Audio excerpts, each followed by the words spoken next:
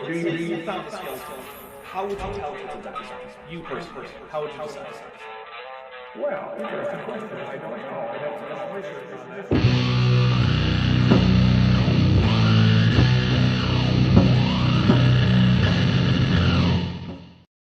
Hey everybody, welcome to Jackson with Jackson 28. I almost said Dapper Reacts, and I was like, wait a minute, no, that's the wrong stream. But I didn't, except that I told you about it, which I could have just not done. You know what though? You guys get behind the scenes access to all the stupid crap that I almost pull. Not only the things that I do pull. But I'm here, of course, as always on Jackson with Jackson Wheat. Because without Jackson Wheat, it wouldn't be Jackson with Jackson. I would do a different show. So Jackson, how are you? I'm doing okay. That's good to hear. Yeah. Yeah. Yeah. Internet is working today.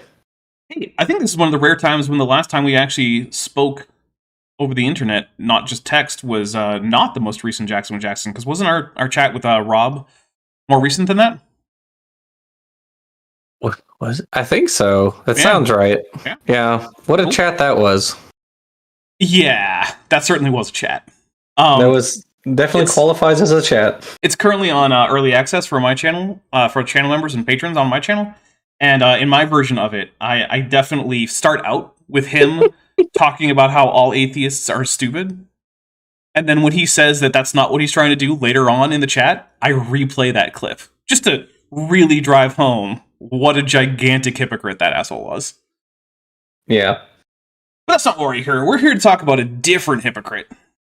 This one is King Charles the First of Stupid, Charles Jackson. Dr. Charles Jackson. He's not actually a king of anything. But, you know, he shares the name of the King of England, so I kind of had to at some point. So, Did yeah. you? Yeah, of course I did. I get to make fun of the British monarchy and Charles Jackson at the same time? Of course. It's a twofer. Yeah. These are both things I'm not a huge fan of. If I had to get rid of one from public life, it would probably be Charles Jackson, since I actually think that pseudoscience is more destructive than the British monarchy on its own. But, you know. That's fair. Look, in my human-adopted family, one of their ancestors was in fact the sheriff in charge of the execution of Mary, Queen of Scots. And that is a mark of pride. Yeah. Look, there aren't many people who can say that they are in the family of someone who actually killed a British monarch. But I am. So, take that, all you most other people. Of course, there's like a 1/3 chance that you're like related to Genghis Khan or something, but whatever, it's fine. Anyway. He executed a lot of people. Well, okay, but that doesn't make him the ancestor of a lot of people. He had a lot of kids is the important part there. Yeah. He almost certainly had like over 1,000 kids. Because of his extremely horrible behavior. You know. Yeah. Gotta do what you gotta do. Yeah, but he didn't have to, though, right? That's the thing. I mean, does any of us have to do anything? No. Is it fun? Yeah, most of the time. Alright, well, time to go conquer most of Asia, everybody. We'll start in the middle, and we'll go spread out from the middle. Just like he did. It'll be great. And for $10, Vandalian1998 says, in 24 hours, 2 of Dapper's Discord members will go head-to-head in a debate for the ages, Pokemon versus Digimon, and unlike Flat Earther or Creationism debates, both sides might actually have a point. Alright. I do wonder which one is better. I am certainly more familiar with Pokemon than I am with Digimon, but I think that's just happenstance. But we're here primarily to talk about Charles Jackson, who, for those of you who don't know, is a man who's very proud of his 4 degrees, none of which actually matter in any of the topics that he talks about, really. Which is, it's cool, right? It's sort of like, if I was like, I have 4, if I'm giving a lecture on, like, cosmology, and I'm like, I have 4 degrees, 2 of them in English Lit, 1 of them in psychology, and then the last one is in underwater basket weaving. So let me tell you all the stuff I know about cosmology. It's like, yeah, okay. But also, we just got 6 total Dapper Dinosaur memberships gifted. We got 1 from Eddie McCoy, 5 from Perpetual, let me make sure I get this right, Perpetual Motion Lungs Cobra. And so those went to Alexander Dankert, Bugged Out, Virulin, Virgil Corman, Bruce Davis, and Corey Goodby. So we'll take 6 drinks. Jackson, would you like to start out with a few of the drinking rules while I take my 6 drinks? You drink when they tell a story, when the creationist, i.e. Charles Jackson, tells a story that definitely didn't happen. That's one of them. You take a drink when you hear Mothra or King Ghidorah. It's Godzilla, but that's okay. Godzilla or Mothra. That's okay. Right? I got them because I just got the 6 drinks in. Dang it. Look, there's Mothra right there. Yay! I called it. Well, I accidentally cut her short, but that's okay. We're going to take 1 drink. So I did not sufficiently stir this, so those 6 drinks were almost straight rum. Oh, yeah, that was the thing. We've also got Heather Kuhn. Paradigms do not equal MT Ascension Kuhn. Kuhn's paradigms. Oh, sorry, I forgot. Heather Kuhn's paradigms do not equal M:T Ascension Kuhn. I'm not sure I get that one. But anyway, for $10, Heather says King Charles III of England is a longtime promoter of medical pseudoscience. Yes, he is actually. That is a good point. But if my options are get rid of the British monarchy, that doesn't necessarily get rid of him or the damage he's done. And I don't.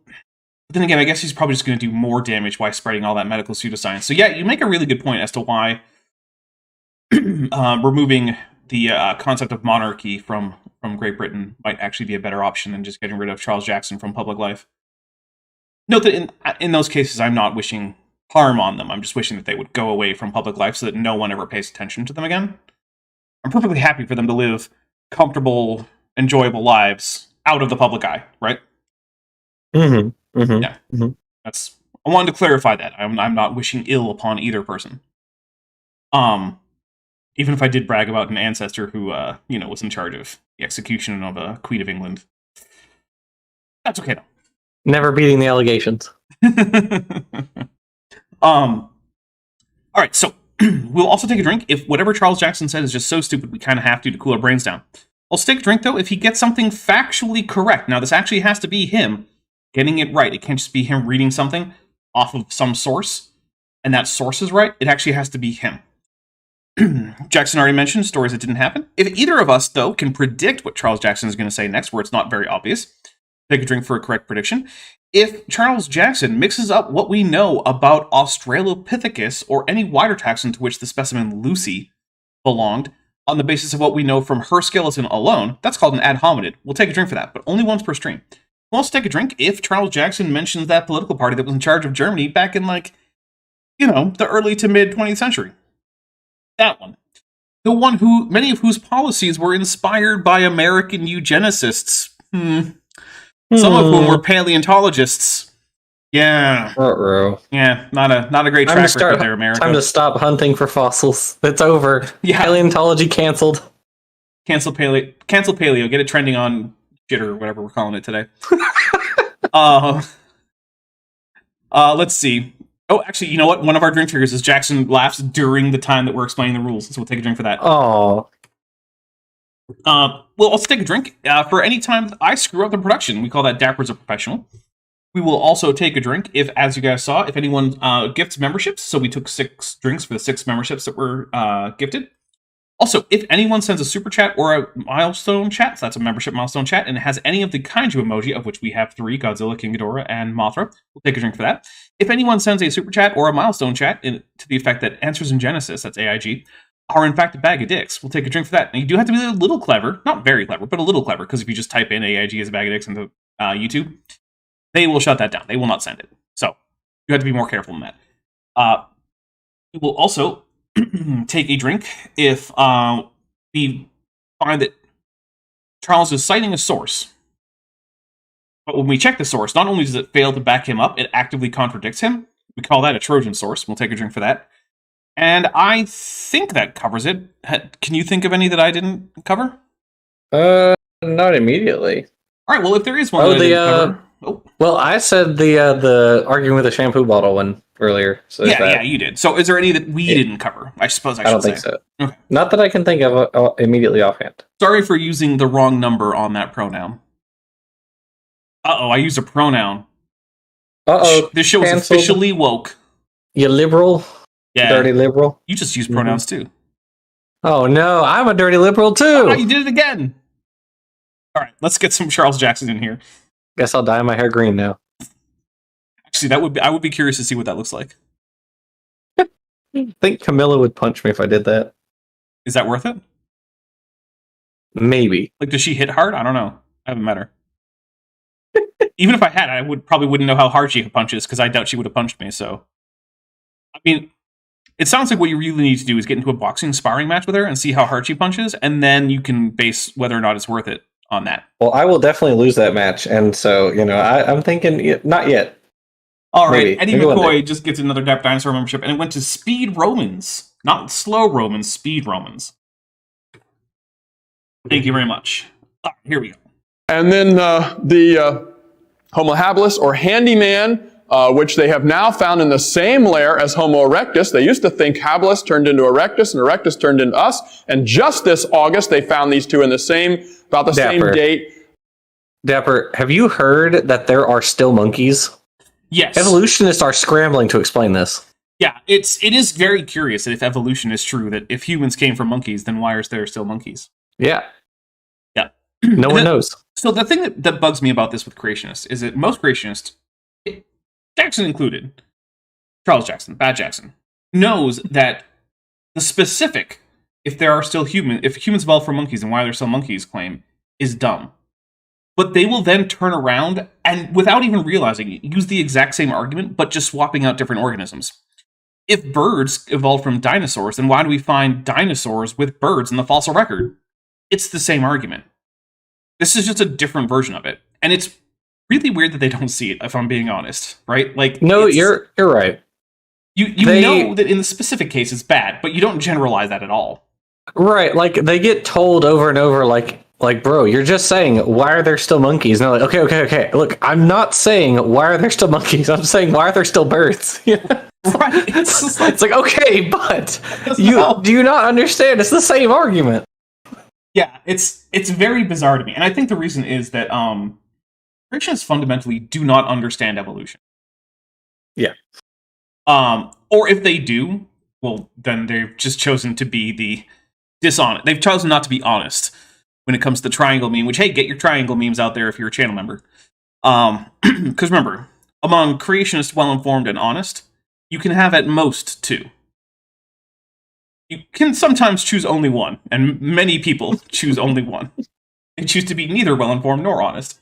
I most prominently think of Raw Matt, who is clearly extremely stupid, to the point that I suspect he has actual brain damage as a result of malnutrition, but who will also happily dishonestly edit Dan Stern Cardinal to pretend that Dan said he didn't read a book, when in fact his entire point was that he had read that book. Yeah, we for anyone who's not aware, like we both got blocked by Uncooked Matthew this past week. Wait, did I? Now I don't even know. I thought we all did. I thought we all got blocked. I know I certainly got blocked by him because I said that he's a breatharian and an oxygen thief, which is highly ironic. So, I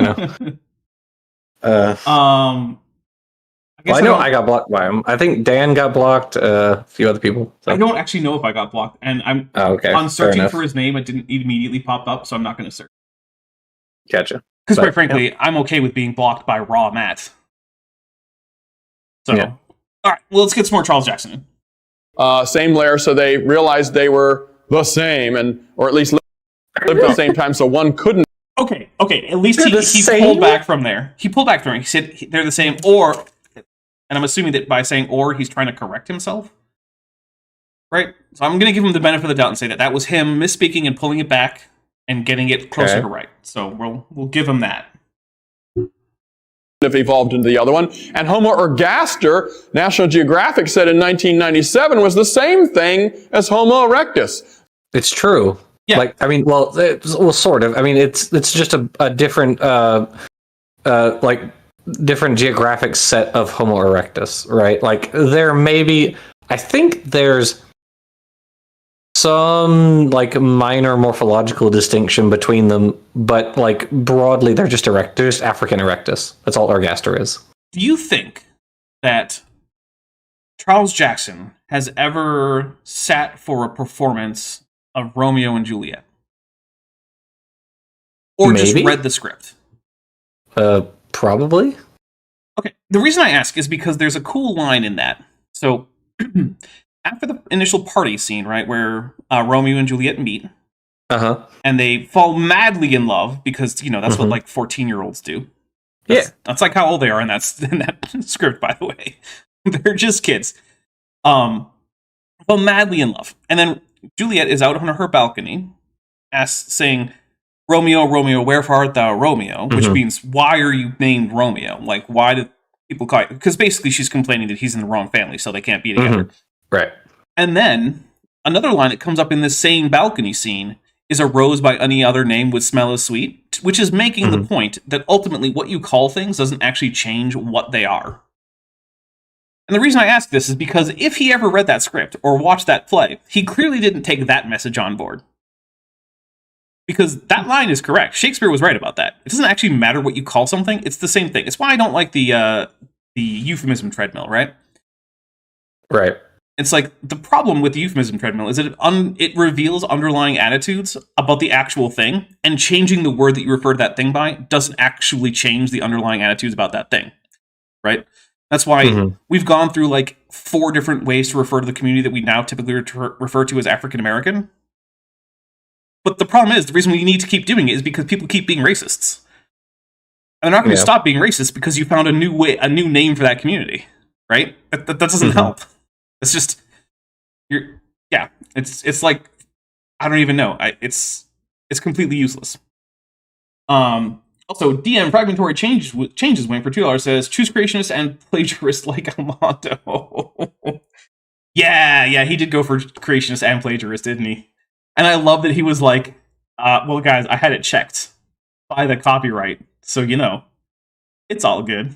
Oh, you had it checked by the copyright, huh? Good job, Armando. What a crazy man. Actually, Logic just dropped a video on that Rob Groen guy that we talked to. Wait, really? Yeah. I think I should Fascinating. I think I should send him the link to your show. Or maybe both of ours. Dapper, he probably saw our debate with him and thought, wow, that'd be a good guy to look at.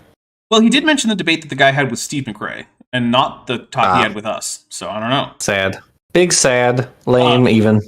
Noranda puts, member for 5 months. I would just like to thank the community for giving me 5 free months so far. Yeah, look, I have a very generous community, and I think that gifting memberships is one of the most fun ways to keep the community engaged, right? Because it gets people perks that they otherwise wouldn't have had. It's not super expensive. And while sure you can't send a message with it, I think it's fun. So yeah. Anyway, here we go. So we couldn't have evolved from that either. And Heidelbergensis and Antecessor are really the only missing links on this chart that haven't been disqualified from being in our direct lineage, and those are probably Hold on. Wait. Saying that, okay, well, again, like, aside from the fact that he was just, like, making the why are there still monkeys argument, like, nothing he said disqualified Erectus from being descent line for us.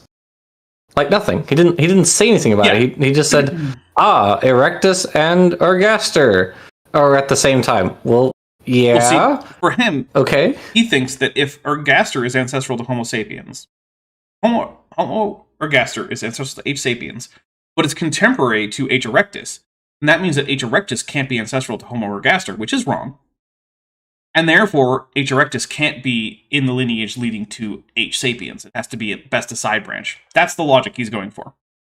But he's failing immediately at the point where he does not realize that an ancestral species can persist for a period of time after having speciated and a new species branches away. Because the thing with genus and species is, while we try to keep as much of cladistics with monophyly as possible, at the level of species, we just can't do it.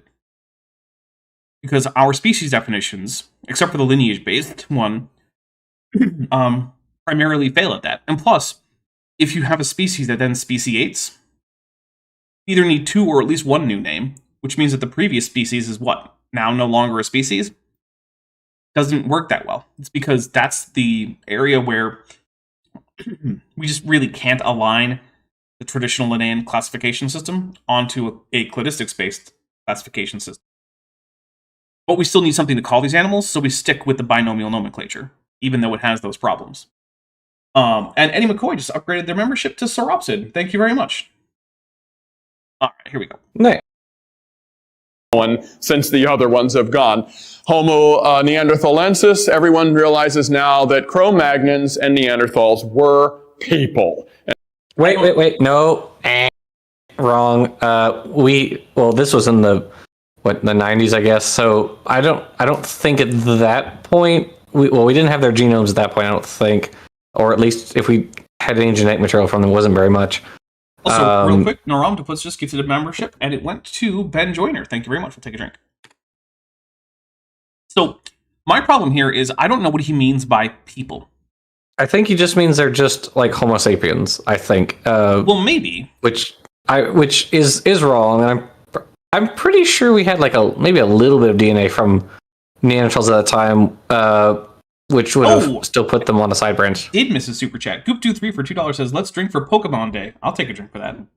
But also, he sent a Mothra, so. Here you go. The other issue with that is... Oh, sorry, go ahead. I was going to say, if he does mean that they're the same species, that person is synonymous with Homo sapiens, which I think is a silly way to define person, then yeah, that's silly. But if he's going to use person in the more like philosophical sense, where like personhood is a state that imparts to a being certain rights and obligations and moral standing, then I would say that it's probably reasonable to call Neanderthals persons, right? They're people. Mm-hmm. Or were people, I suppose. But like that's in like that philosophical sense, right? Like, it's kind of like if Star Trek were real, would it be murder to kill a Klingon in cold blood? Like not in the middle of a battle or something, but like just, in the regular circumstances, it would be murder to kill a human. Mm-hmm. I think most people who think about it would be like, yeah, that would still be murder. And that's because in the fictional universe in which these aliens exist that have human-like levels of decision-making, moral ability, reasoning, and things like that those also count as persons. So if that's what he means, then yeah, I'm perfectly happy to say that Neanderthals are persons in that sense.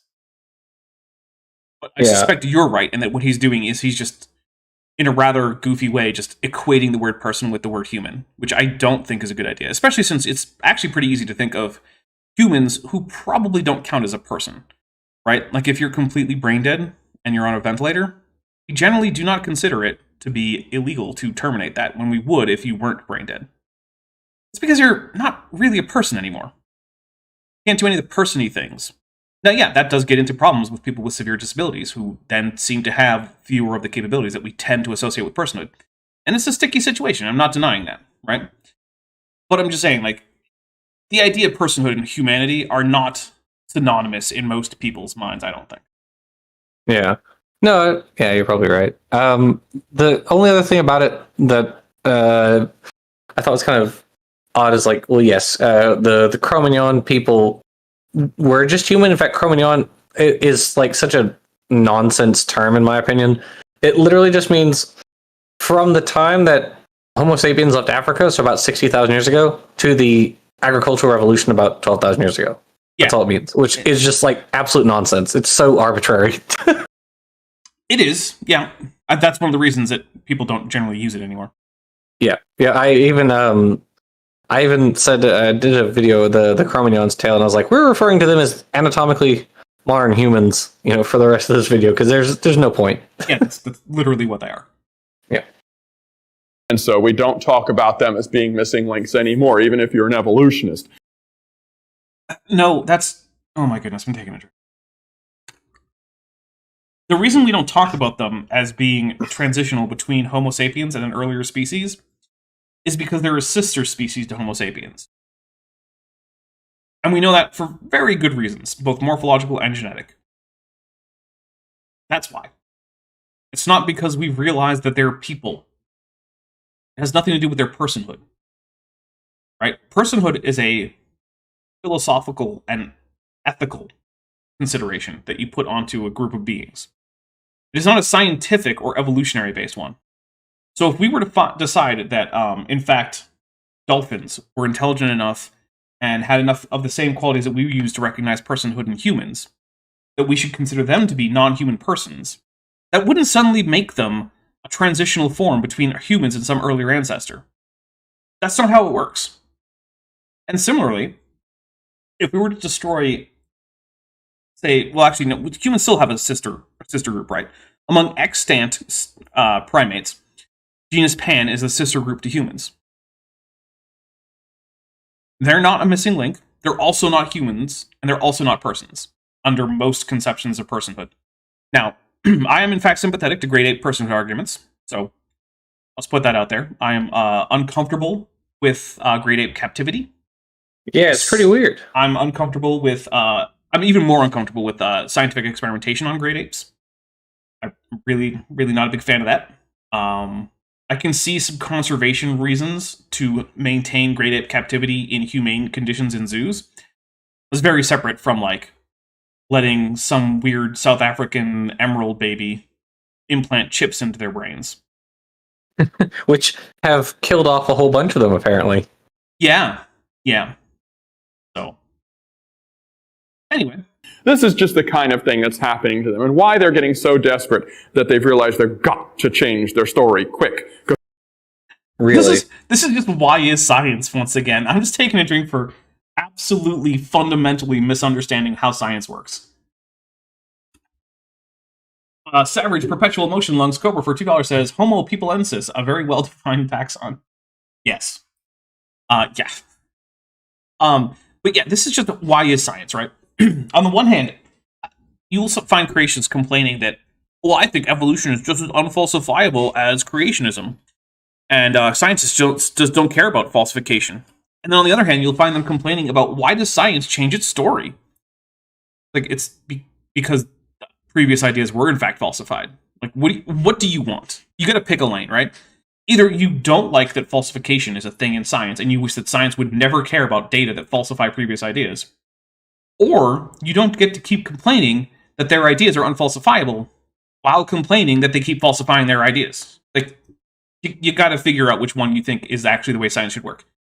Should science falsify previous ideas on the basis of new data? Yes or no? Just figure that out. Dr. Don Hogg, xenobiologist at large, for $2 says, Eudora, Alabama personhood intensifies. Yeah, with the eggs. Yeah. Look, I'm not going to get into a whole big thing about Alabama Supreme Court and personhood, but I will say this.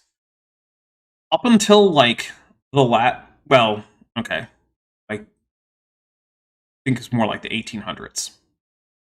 The idea that personhood is a thing that you acquire at conception was not the consensus in Christianity. Consensus in Christianity was that you weren't a person until you had your soul, and that your soul was there as evidenced by the quote-unquote quickening, which is when the baby starts noticeably moving around in the womb. Oh, there's Mothra. We'll take a drink for Mothra.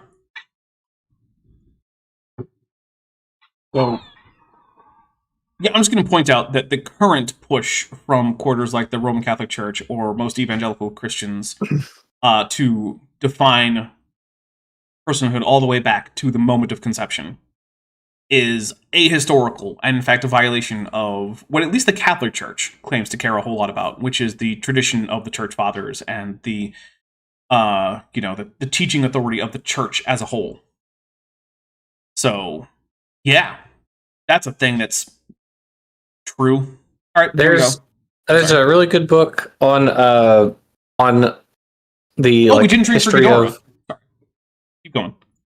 There's a really good book on the history of anti-science movements within, it's a lot about within the last 100 years. It's titled The War on Science, and actually, Gutsy Given recommended it to me. Nice. She got very mad when I said, I found about this book, and she was like, yeah, I know, I recommended it to you. So, and then you just promptly forgot. It's true, I did. It's a fantastic book, phenomenal. It's very much about the anti-climate change movement, about anti-evolution, all that sort of stuff. Super duper good. Highly recommend. It does in fact talk about that switch among evangelicals to when did the anti-abortion thing become really big in evangelical circles. It is, again, just go read it. It's really good. Okay. Amazon affiliate link in the description. No, I'm kidding. We creationists are making mincemeat out of them in public because of the silly things they're saying. Okay. That's a story that didn't happen. We'll drink for that.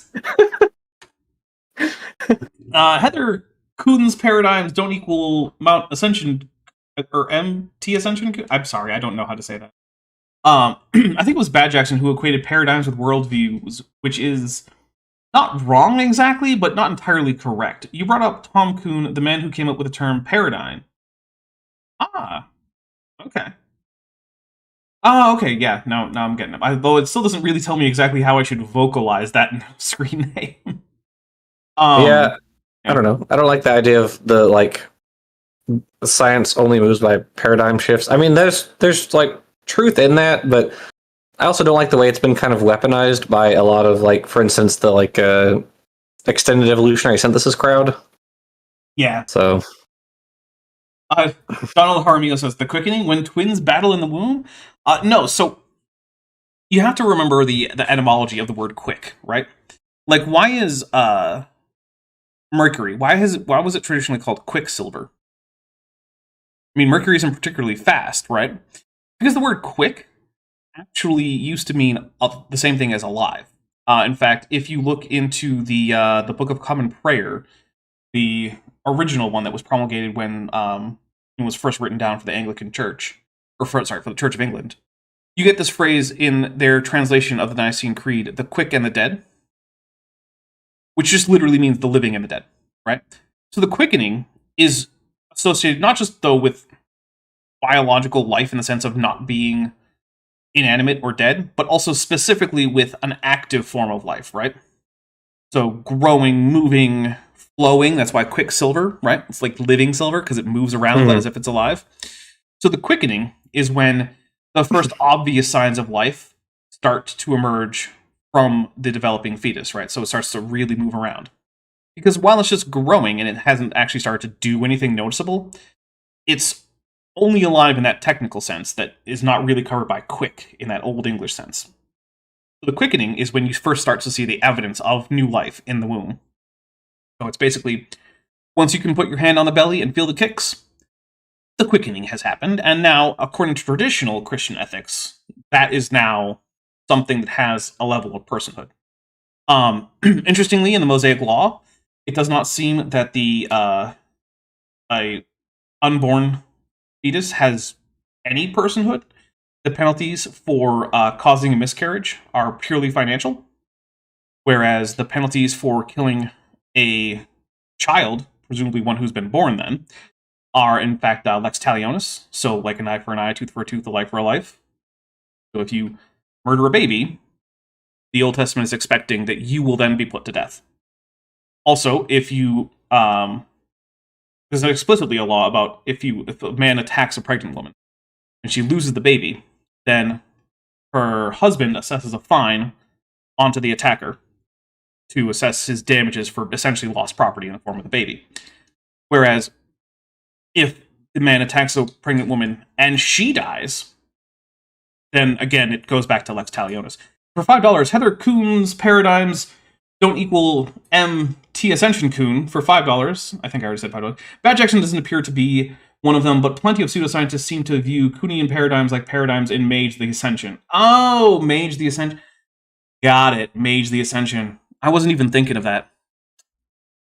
Okay. Good old White Wolf Publishing. So yeah, anyway, that's hopefully clarifying what I mean by the quickening, how it got that name, and all that stuff. Saying next. Well, now here's Dr. Donald Johanson, who in 1974 discovered the Lucy fossil. He said, nobody really places a great deal of faith in any human phylogenetic tree or human evolutionary story of life tree. He said this in 1995, 20 years after he discovered the Lucy fossil. Yeah, phylogenetic trees are hypotheses, right? It's sort of like, what's a good like comparison? Okay, so suppose I showed up at Jackson's door, just in person, big old 2-meter tall theropod right outside your door, and just knocking on the door, and Jackson comes out and he's like, "Oh, Dapper Dinosaur's here." Now, there's a number of ways I could have gotten to Jackson's house, right? But we have all the evidence we need to know that I did it, right? Because I'm there, physically there. But unless I can recount to him exactly how I got there, which let's just say for the sake of argument that I don't bother to, he could have a whole bunch of all different options for how I got there. Maybe I flew, maybe I drove, maybe I took a boat, or maybe I drove to the coast and then took a boat from there to the coast near where he lives, then got on another car. Maybe I took a bus. Maybe I took one system of roads versus another. And some of those are more likely than others, right? Like, chances are I probably didn't drive to the coast in, like, Mexico or something, and then charter a boat over to Louisiana, and then get on a helicopter to get to his house. Like, that seems really unlikely. Is it impossible? No. But that would be like a low confidence phylogeny, right? A higher confidence option might be a flight between my nearest airport here to the nearest airport he's at. Or another high confidence option might be a road trip following the shortest road route between our two cities. Those would be high confidence. But should you really put all of your eggs in either of those baskets? Well, no, because you don't know. Unless I tell you. Or you find out from the airlines or something if there's a record. So that's kind of what we're talking about here, right? We know we got from somewhere to somewhere else. So we have overwhelming evidence of human common ancestry with chimpanzees, and even overwhelming evidence of the common ancestry of all primates, right? There was that paper I referenced several times. Gutsick Gibbons has also referenced it. Have you referenced the test of primate common ancestry, Jackson, where they got like p-values like reverse 0. I'm going to pull a reverse Gutsick Gibbon. I actually was the one who showed her that paper. Oh, okay, cool. Look at that. Take that, Gutsick Gibbon. We both way to collaborate. We share. Yeah, we all collaborate with each other. Yeah, I don't think the creations fully appreciate the fact that we're just in a group chat. We know what each other are up to. We're like that in some of their tests, their statistical analyses, the chances of separate ancestry for primates was like 0.1 times 10 to the 1,117 or something. Yeah, it's ludicrous. It is bafflingly small number. Right. Like I couldn't even read that number out to you without scientific notation. It's just that big, right? Like most numbers that you get in scientific notation, if you wanted to, you could just read it out. It would take a little while, but it's okay. That one, no. I don't even know what those numbers would be called. I would just have to say is 0 like 1,000 plus times in a row. And I would lose count. So anyway, that's the kind of thing we're talking about. Now, what does the actual internal tree of ancestry look like within those groups? We have ideas, but do we know any of them for certain? No, we can't. That's okay. That does not change the overall conclusion of common ancestry. Just like not knowing exactly how I got to Jackson's house here does not change the fact that I did it. So even he thinks that these things are not real stories. Next. That's objectively not what he said. He did not say it's not that humans didn't evolve. He said that you can't place great faith in any one particular hypothesis of human evolution. And at that time, paleoanthropologists garnered a not unjustified reputation for being like one of the most argumentative groups of scientists out there. Oh, yeah. And there was a lot. It's a lot better nowadays. I'm going to take a drink for him just blatantly lying about that. Yeah, it was just a lie. It's a lot better nowadays, but like there used to be arguments over like every single fossil, like is this a new species? Like the lumper versus splitter thing that exists in other like fields, obviously, but in human evolution, it was super like ratcheted up because everyone wanted to name a new human species, a new member of Homo, and get the glory for that. You get something similar with dinosaurs. Everyone wants to get a new genus of dinosaur out there, and so every once in a while, like someone goes through and is like, "Do we really need this many genera? I mean, really?" Yeah. And sometimes the answer is yes. Other times the answer is like, no, not really. Yeah, and it gets hard with especially things like the that's what she said, like chasmosaurines, where you have this like anagenetic lineage. Mm-hmm. And you can just see this like perfectly smooth transition from one genus to another, and it's like, where do you draw the line? It's kind of difficult. Don It's almost Hogg- like it's evolution or something. Dr. Don Hogg, xenobiologist at large, says lumper versus splitter. Is that a euphemism? I wouldn't call it a euphemism. So the idea is that where you actually draw the lines in taxonomy is fundamentally arbitrary, right? Like, what's a genus? Well, it's a group of similar species. Well, how similar? There's no rule. It's just there have been attempts to draw rules. Like Ernst Mayr proposed that like the genus should be a related group of species who share like similar ecological niches, but like then you have to get into, well, what is similar? How similar an ecological niche do you have to occupy to be considered the same? And do it's like brown bears and black, and do brown bears and black bears share the same genus as a result of this, but polar bears shouldn't? I don't know. Yeah, it's ultimately like it's arbitrary. There's going to be arbitrariness at every taxonomic level. So basically, yeah, the lumper versus splitter idea is just, do you group them under the same taxonomic category, lumper, or do you split them under separate taxonomic categories, splitter? Most workers tend to seem to prefer either, in general, having fewer taxa versus some who prefer having more taxa. And there are arguments for both, and there's not a right answer, is there? Right? It ultimately comes down to a preference. Mm-hmm. And that's okay, because this is just how we describe the things in the real world. We're not actually changing anything about the actual objects. It's just like when Pluto was made a dwarf planet instead of just a regular old planet. Nothing about Pluto changed. It's still the same object. Still going around the sun. Yeah, you have to remember, for science, I know, we talk a lot about like, well, what's true? Well, in science, like, science is not about finding like capital T truth. Science is about like, trying to find the most accurate version of reality. And also, while doing so, you want to use the terms that are the most like functional. Yeah. The terms that are most likely to work for you to achieve that end.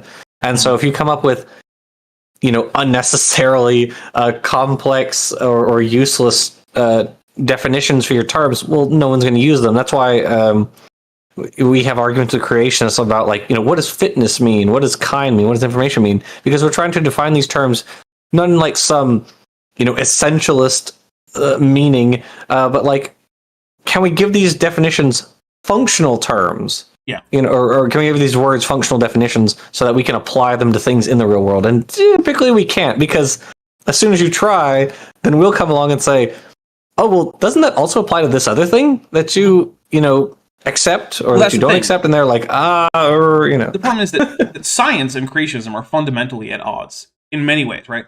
Creationism cannot stand up to scrutiny, whereas that's all that science ever tries to do. And the reason that creationists do not want to give hard and fast definitions to their terms is because they will always then no longer support their ideas. Right. The terms have to be vague so that they can equivocate. Because remember, you cannot argue for creationism in good faith while knowing what you're talking about. So the degree to which you know what you're talking about is the degree to which you have to use logical fallacies in order to argue for creationism. Silver Harlow for $10 says, it's the continuum, quote, paradox. The lines are arbitrary because you can only really say the one side is definitely not the other. Yeah, continuum paradoxes or continuum problems are all over the place, right? Like, what's the proper drinking age? I happen to think 21, which is the drinking age in the United States, is ridiculously high. But if you told me that it should be 12, I'd be like, well, okay, no, that's probably too low. But then if you were like, well, what about 17? I'm like, maybe that's okay. I don't know. It's not where I would put it. I'd probably put it at 18, but like if you made the argument that 17 was fine, I couldn't say that's definitely wrong. It's not where I would prefer it, right? Mm-hmm. So yeah, I mean, that's one of those things that's all over the place, right? Same thing with like, the age where you can buy cigarettes or gamble or whatever. Just there's some line that we should draw, and 30 is way too old, and 9 is way too young. But somewhere in there, you should be allowed to gamble and drink and smoke. Somewhere. There are some really good papers. If you look up, like you go to Google Scholar, you type in the term speciation continuum. There are some really good papers on clarifying like what the speciation continuum is, going from like, polymorphism arises in a population to these two populations are definite species. Like you can find literally every step of that in extant populations. every single step exists. And you can also look at, interestingly, which fields of biologists tend to focus on like which species concepts most for splitting up organisms. So like field and organismal people tend to do the like Mayer biological species concept, whereas of course paleontologists are going to use like the morpho species concept most likely, and yeah, it's hard to use any other ones when you're doing paleontology. Yeah, it's interesting the way that like they surveyed a whole bunch of different subfields of biology, and they're like, well, which concepts do researchers use the most in their particular subfield? It's really interesting stuff. Also, DM Fragmentary changes wing for $2 says, "Dear English, it's possessive. Make it happen. Turtles." All right, we're gonna get some more Charles Jackson in. This is... Oh wait, nope. Donald Jaramillo for $2 says, "One could argue 25 years due to brain development." Yeah, I mean, like, you could argue that, right? There are valid arguments to make about pushing all of these things to be significantly later than 21 or 18 or whatever. Yeah. I don't know. Personally, I'm not a big fan of the sort of forbidden fruit aspect that late prohibition age, or late drinking ages give to alcohol in general. Because, I mean, having a beer at, like, 16 is not going to do anything bad to you, but binge drinking at 16 will be terrible. And America, which is a country that both glamorizes as well as prohibits alcohol to a late age, tends to have bigger youth drinking problems than countries that just let people go into a bar at like 17 or 18 and have a drink. And I'm not going to say that I know for certain that they're connected. Seems like it to me, though. But then again, I'm not a scientist. I'm certainly not a scientist who studies that. Nor am I a politician, nor do I want to be a politician. Is a prognostication by evolutionists of what might have happened if the dinosaurs never went extinct. Wasn't there an episode of Star Trek about that? Yeah, it was Star Trek Voyager, the Voth. There was also the Star Trek original series novel, The First Frontier, which of course is everyone's favorite Star Trek book because it's the one with the raptors in it. It's been long out of print, but I read it in high school. So yeah, so here's the thing about this reptoid thing, right? It was an idea by one scientist who paid a pretty darn good sculptor, as you can obviously see, to make his idea a model. And then it went in some museum or something, I don't remember. But immediately when it came out, pretty much everyone was like, nah, bro, this is way too human-like. I'm not buying it. And there have been subsequent ideas about sapient dinosaurs in hypothetical worlds where the KPG extinction never happened. They generally don't look like they're just humans with like frog eyes and weird three-fingered hands. It's generally not what happens in. So yeah, some guy made a goofy humanoid dinosaur thing. And I'll say it's probably less goofy than the Voth from Star Trek Voyager because they were supposed to be hadrosaurs and they just look nothing like hadrosaurs at all. In fact, one of the things I'm wondering is like, how does that clubby hoof-like hand from a hadrosaur turn into a dexterous five-fingered hand on a humanoid Voth? I have no idea. Maybe in their millions of years of history, they genetically engineered themselves to restore the pentadactyl limb or finger arrangement. But yeah. Silver Harlow for $10 says, not to possibly go off topic, when I think of continuing problems, one thing I think of is personhood. Yeah, no, a child is born, definitely a person. An unfertilized ovum is definitely not. But in between? Question mark? Yeah, that's one of the reasons why there are... why even people who are generally very pro-choice get uncomfortable with things like the idea of an elective abortion at like 8.5 months. It's like, that really feels like it's just a baby. And I'm not saying that we should ban that. I do think there are times when, like, that is a necessary procedure, and making all sorts of laws about that, rather than leaving it up to the doctors and people involved, is going to lead to bad outcomes. But I can understand why that's the thing where people are like, that feels iffy. I don't know. Because ultimately, any point you pick, right? Whether you pick the quickening, which was typical in Christianity until very recently, whether you pick the first breath, which is what typically is considered to bestow like personhood onto a baby in like Judaism, whether you take like birth, which is what the legal system has more or less settled on in most like liberal democracies. Those are all three of them are arbitrary, right? No special new thing has changed about that particular instance of Homo sapiens that makes it now a person. So yeah, there are arguments to make about any of them. I think that all of them, and when it comes to legal things, should take into account the fact that if you push your arbitrary distinctions into law, will that cause undue suffering to people who need to have, their pregnancies terminated? And if the answer is yes, then maybe don't do that. Maybe don't. Which ultimately ends up probably somewhere around where most liberal democracies have settled, which is about birth.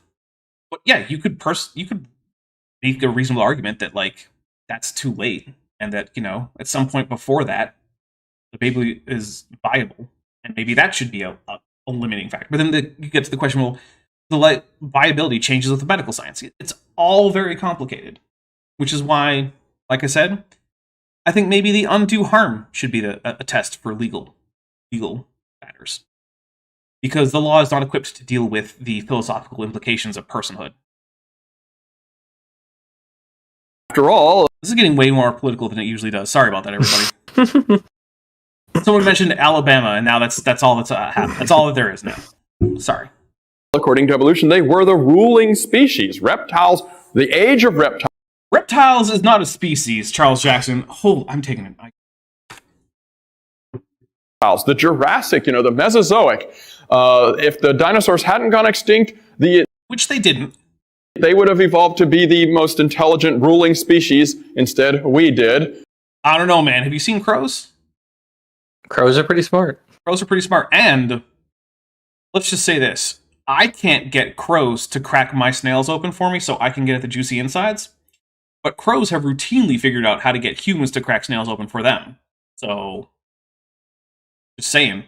Carrie Bronson for $10 says, per my friend who is somewhat of a subject matter expert, a sentient dinosaur wearing a human suit does not constitute a furry. Not sure what he'll do with this information. I mean, I would tend to agree, but that probably doesn't count as a furry. Eddie McCoy, with apparently their first super on a live stream, thank you very much, says, I wonder if there will ever be an alien creationist. I mean, if there are sapient aliens out there, then almost certainly, right? Like, the idea that one of the driving forces behind nature is some kind of volitional being is an easy thing to leap to in terms of logic, right? And it's a pretty handy thing to think that things have volition and be wrong versus to ignore things because you don't think they have volition and then be wrong about that, right? Which I guess is a little evolutionary psychology, but whatever, it's fine. So yeah, I think that if there's a human-like sapient group of aliens, that there will probably at least have been creationists among them, even if maybe there aren't right now. So yeah, I think probably. If there are sapiens aliens out there, then yeah. Now, do I think there are aliens who are of human-like intelligence with civilizations? Don't know. I lean towards no. But I do admit that I do that for mostly emotional reasons. I don't want there to be intelligent aliens out there. Because that means that humans have probably already gotten past whatever the great filter probably is. I would prefer that to be the case. Because that means that humans could have a future that stretches into the millions of years. Rather than the hundreds of years. Which is increasingly seeming like a possibility. Don Hermio for $2 says, we could always go for Alabama's other reputation. Well, let's just not. Dr. Don Hoggs, Biologist at Large for $5 says, reptile is a species, Georgia is a town, and Africa is a country. Mothra, yes. Yeah. Actually, Donald Hermio, you know what reputation of Alabama that I am okay with getting into? Their reputation for delicious fried catfish and hush puppies. Because, man, I was once at the United Launch Alliance assembly building, the factory where they put together rockets. And every day that I was there, I stopped for dinner at, I don't even remember the name of it, but a friend of mine who's from Alabama, her family's from Alabama, recommended it to me. And I had fried catfish and hush puppies every single day. It was so good. So that's an Alabama reputation I'm fine to talk about. Because, oof, man, that was really good. Because we evolved from rats. But here's what they said. Your might have been... Also, no, humans did not evolve from rats. He does not know that Morganucodon isn't a rat, because he doesn't know what Morganucodon is, because he doesn't know anything about evolution. Okay. We might have actually been lizard people. You know, after national... If True. Fact check. True. No, We first- might have been lizard people. First, dinosaurs aren't lizards, so we'll take a drink for that. Second, if dinosaurs had become a sapient civilization in what is now the, Cenozoic, and replacing humans, you wouldn't be here, because you just wouldn't exist. I don't even know what's happening. National Geographic came out with this interesting article about... Remind me again, what is the status of National Geographic vis-a-vis being peer-reviewed? Not. Not. Okay, just double-checking. What if, if the dinosaurs never had gone extinct? I did see this very same picture in the grocery store on the front of the National Enquirer while I was buying groceries saying, lizard people found in the Amazon. They'll do. I don't blame... Oh, yeah, jokes that didn't land is another one that we didn't go over for a drink trigger, but somehow that actually landed with someone in the audience. And the sad thing about it is, a lot of people still think there are reptiles, like human reptoids or whatever, but they're running the government. So there's that. Well, I mean, look, if anyone was going to convince me that there are reptiles in charge of countries, you could make a pretty decent argument with Hillary Clinton and King Charles. Just saying. I can't argue that. Yeah. I can't argue. Donald Aramio for $2 says, why are there still rats with Mothra? Yes. Awesome. All right, we're going to get a little bit more in, then we're going to take a quick break. National Geographic for that. Even Richard Dawkins, the famous atheist who wrote the book, The God Delusion. Uh-oh. By the way, don't read The God Delusion. Wait! Oh! This isn't the 90s then. Oh, this must be the 2000s? Yes, because God Delusion was 2006. Yeah, you know what? To be fair, this does look a little bit more digital than it does like it was filmed on tape. Yeah, you got a point there. Okay. Fascinating. All right. Yeah, look, there are actual philosophers who write about the philosophy of atheism that you could go read. Don't read Richard Dawkins on that. Yeah, he's got other books on subjects he's actually, trained in. So reading Richard Dawkins on philosophy is like reading Richard Dawkins on best practices for cleaning out wastewater. What the heck would he know about that? Sure, he's a smart guy, but he doesn't know anything about that. Or reading, if he decided to pen a book about critiquing 18th century Russian prose literature, why would you listen to him about that? Don't listen to Richard Dawkins about philosophy. Or politics, for that matter. He's been really weird about that, too. Yeah. Or, things involving children and clergy. He's also been really weird about that. Yeah. Oy. Richard Dawkins has basically just completely fallen off, and I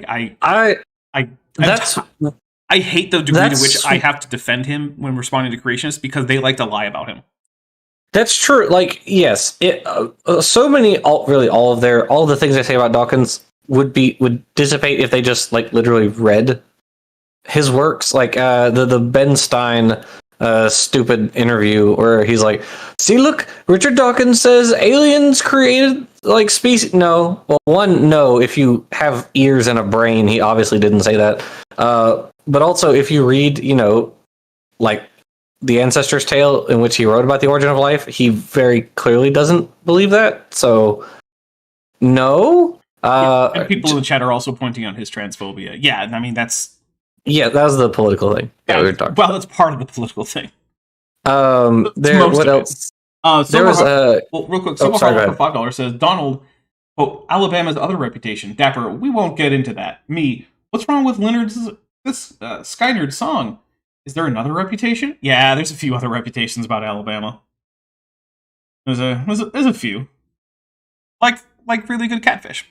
All right, we're gonna take a quick break though. We're a little bit past due for that. So feel free to enjoy the musical stylings of one Beethoven while I get myself a couple beers. Oh, but there's also Mothra, so we'll take a drink for that. And with that, see you in a bit.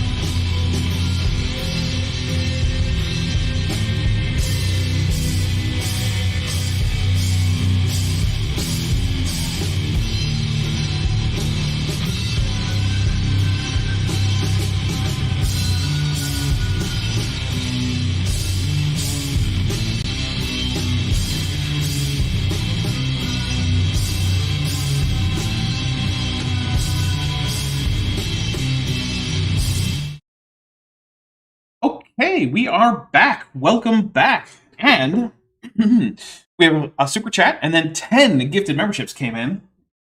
All right, first, my unfinished journey for $5 says, too late, I already read The God Delusion, or as much of it as I needed to. Well, that wasn't much, because there isn't a whole much in there.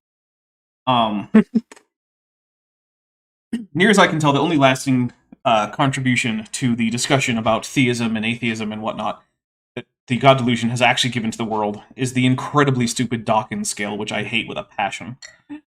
Then, I say, as I'm pouring a beer, we had 5 memberships gifted by some jerk named Dapper Dinosaur. I would probably hate that guy.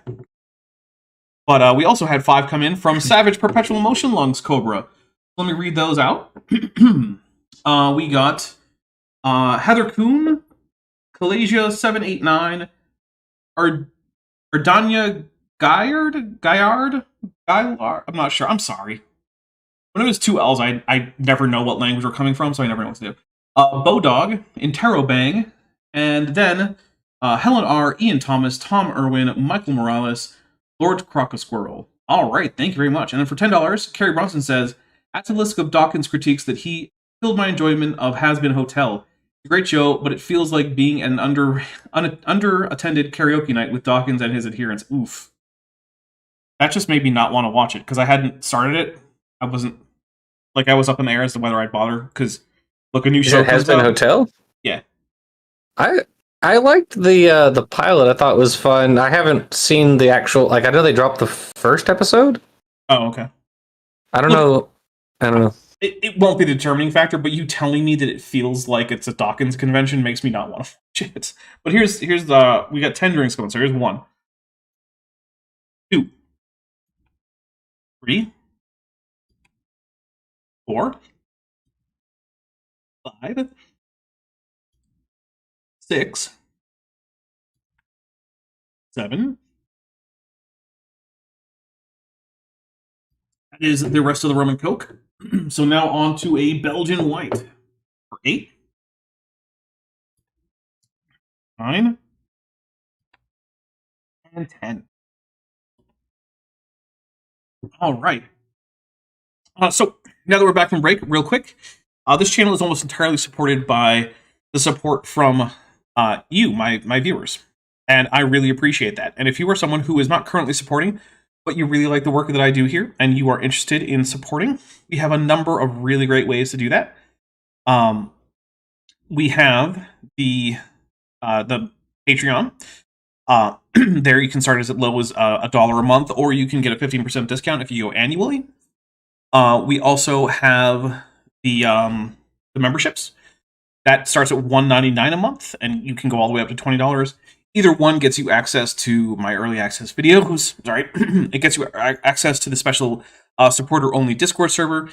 It gets you your name in the credits at the $5 level and up. There's a lot of perks that come with that. Those really are appreciated. They help insulate me from the ups and downs of things like, you know, a video didn't do so well this week, or, you know, ad revenue is just down site-wide, something like that. Those help insulate me from those. Especially since I haven't taken any sponsorships. I've had a few offers, but none of them were actually for products that I liked. And I'm not going to say I'm not going to take a sponsorship. If it's not for a product that I would want to stand behind, I'm not going to do it. And so for that reason, I've already turned down a few offers. So yeah, the more you guys help out, the less I have to sell out for anything like that. So, you know, and if a monthly or an annual thing isn't what you want to do, there is a merch store. There should actually be a merch tray below this video. You can just click on a piece of merch and be taken straight to my merch store. There's also a link to the whole store in the description. There's also an Amazon wish list in the description. The Patreon is linked in the description. There's also a Patreon and a wish list for Bent Hovind. If you like what he does and you want to support him, or just get him, you know, something from his wish list. So yeah, there's a number of ways to support. And if none of that's right, if you don't think a financial contribution is something you want to or can afford to do, then please don't, especially if you can't afford it. Do not want any money from anyone who can't afford it. This is only if you have a disposable income and you want to use some of it to support me. Feed yourself, feed your family, you know, keep a roof over your head first. But if you can't afford and even if you can, please make sure that to support the channel, you like this video and that you share it. Because we are dangerously close to getting Bilbo. We're not there, but we're close. Let's see, we got a few more super chats that came in while I was given that. Dr. Don Hogg, xenobiologist at large for $5 says, replace God delusion with Howard Bloom's Lucifer Principle, 1995, scientific expedition into forces of history, which also covers memes and superorganisms. I have not read that, so I cannot comment, but It's titled what again? Howard Bloom's Lucifer Principle. Lucifer Principle. Never heard of that. Yeah. I might check it out when I feel like I have time to read like a philosophy book, which is not any time in the foreseeable future, but it could happen. Silver Harlow for $5 says, Dawkins' contribution to humanity began and ended at The Selfish Gene, which was a good book despite his turning out to be a jerk later. Well, I think Ancestor's Tale was good. I disagree with that. I thought Ancestor's Tale was good. I think in general, his non-politics book, pretty much everything he's written on biology, I think has been a net positive, especially for science communication. So yeah, Selfish Gene, Climbing Mount Improbable, which I hear people, it's really funny because I hear people like recite the arguments from it without knowing that it's from Climbing Mount Improbable. The thing about like like the eye, the evolution of the eye being like, comparing like a mollusk, like a flatworm, or comparing a flatworm and then looking at like a nautilus, and then the camera eye, and then like going through all those steps, like those are all laid out in Climbing Mount Improbable, and like we get reiterations of that, like they did it in Cosmos. Yeah, I know they did it in Neil deGrasse Tyson's version. I don't know if they did it in the original, but like I hear people recite that, and it's like that's what that's from. I also thought that for a lay audience getting a basic understanding of embryology, that The Greatest Show on Earth was also pretty good, even though it's a bit outdated. Oh, yeah, absolutely. I actually read that mostly on a plane ride. At my last job where I traveled a lot, I got that on like as an ebook, and that's what I did on like 3 or 4 different plane rides, which is read through The Greatest Show on Earth on like my ancient Kindle. It's fantastic. It's a fantastic book. It's one of my favorites.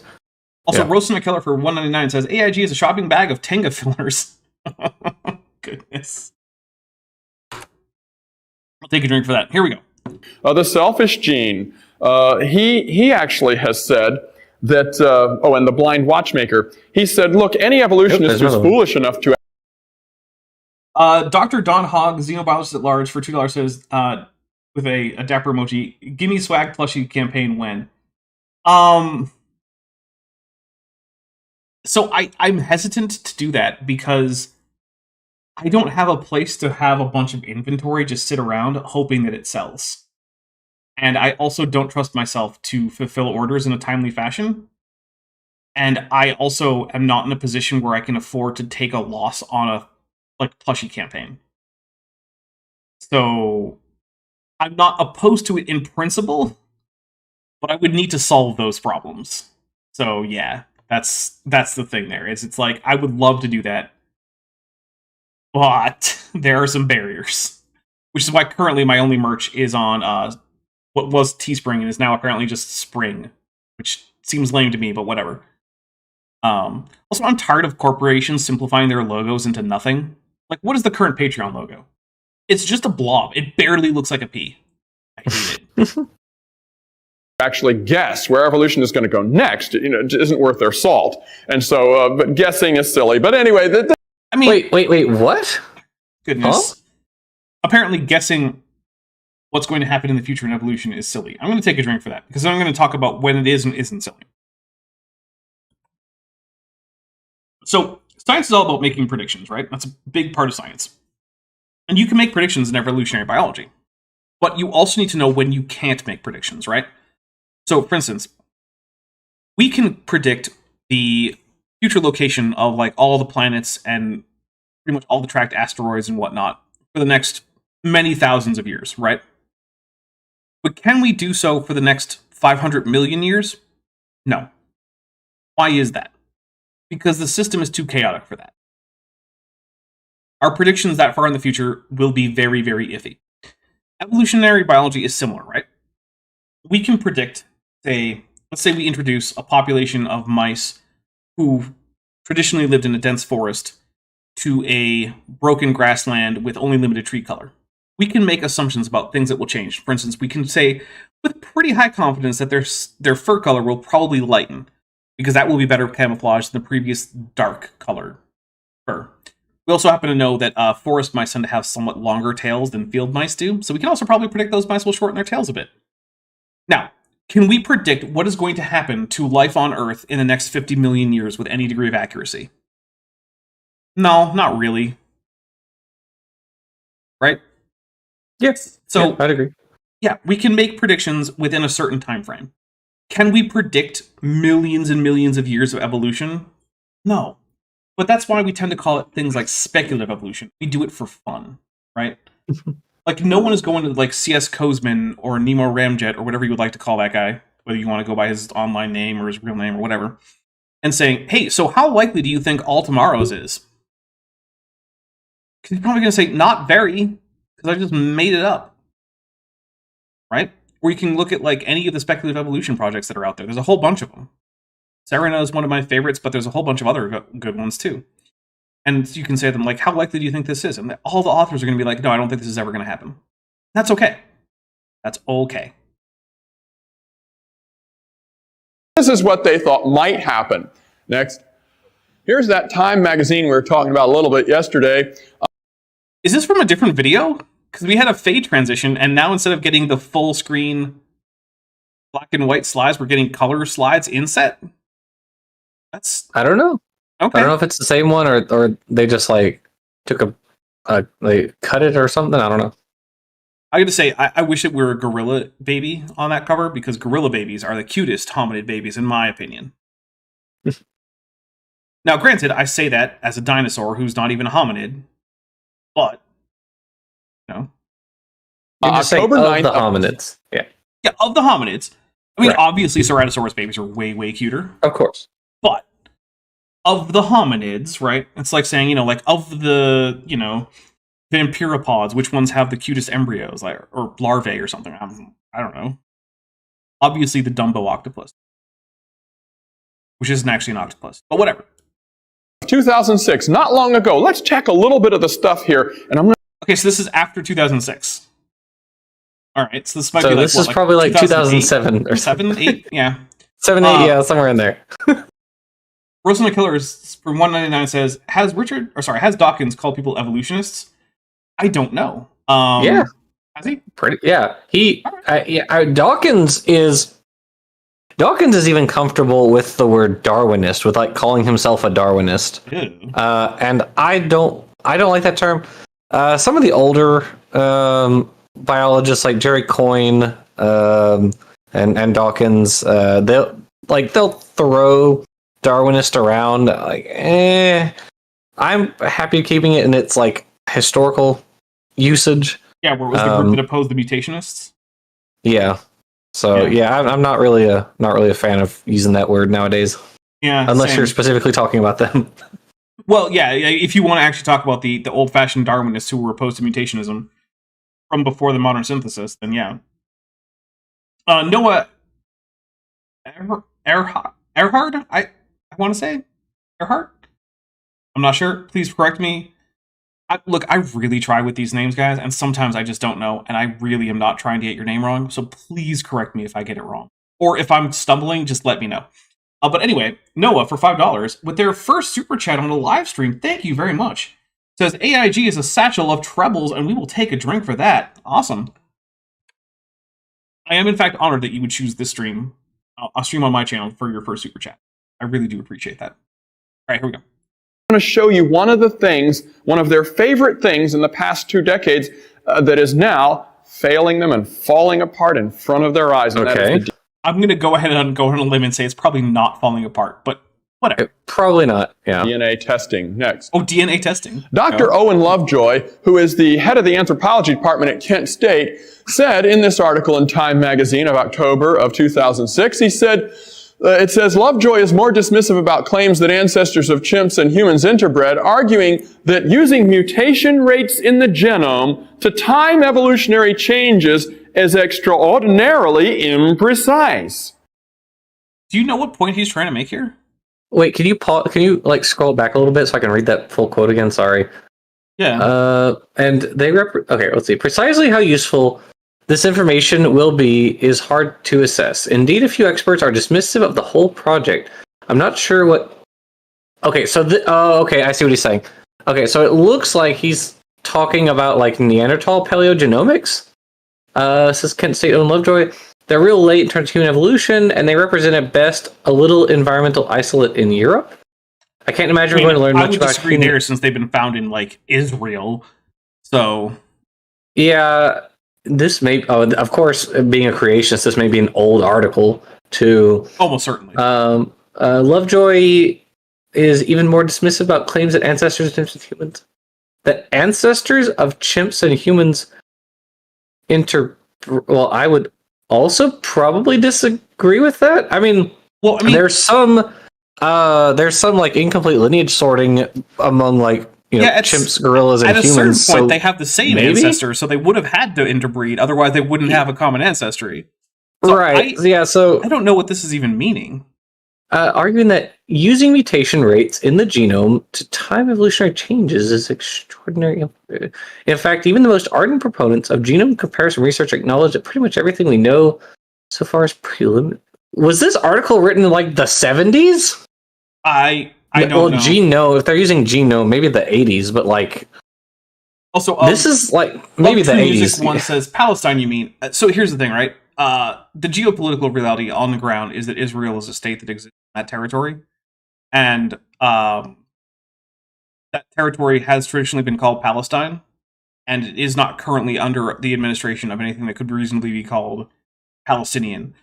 So, while I am a big supporter of freeing Palestine and coming up with a solution that does not involve things like genocide, I mean, it remains so radical of you, Dapper. Yeah, it remains the fact on the ground that that location is currently in what is Israel.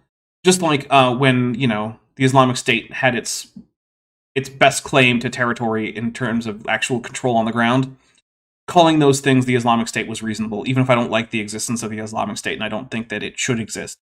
Although I do also still find it very amusing that I saw all these pearl-clutching articles from journalists about the Islamic State shaking down shipments going into their borders, because that's just a tax, right? That's an import tax. That's what they were doing. And it's like, there's a whole lot of really bad stuff the Islamic State is doing, but like, tariffs aren't it. How dare they charge tariffs? Like, that's just what states do. They're importing and exporting. Oh, no. Yeah, it was, yeah. So, while I am not a big fan of the state of Israel, and while I am a big fan of Palestinian liberation and the ending of the oppression and genocide being enacted upon them, it's still Israel at this point. And I don't actually necessarily think that the correct solution to the situation is the destruction of the state of Israel. You could make the argument that by its actions it has lost any legitimacy, and I wouldn't necessarily disagree, but I don't foresee a future in my lifetime in which that results in the actual dismantlement of the state of Israel and turning it into some kind of like inheritor state that is better to Palestinian. Like, that's not what I actually foresee happening at any time in like the foreseeable future. So I think I've figured out what this article is about. Based on this very limited reading here, what I think it's saying is it's talking about Neanderthal paleogenomics, but it's saying that we cannot use Neanderthal DNA to understand ancient stuff in our evolutionary history, like big brains, speech, walking upright, opposable thumbs. Like, we can't understand the evolution of those things with Neanderthal genomes, is I think what it's saying, which I don't disagree with. Yeah. It's just hard to parse it from these two paragraphs. Oh, yeah. Roaston McKellar says, the difference between humans and chimp genomes is small. The gametes should technically be maybe compatible. Yeah, maybe.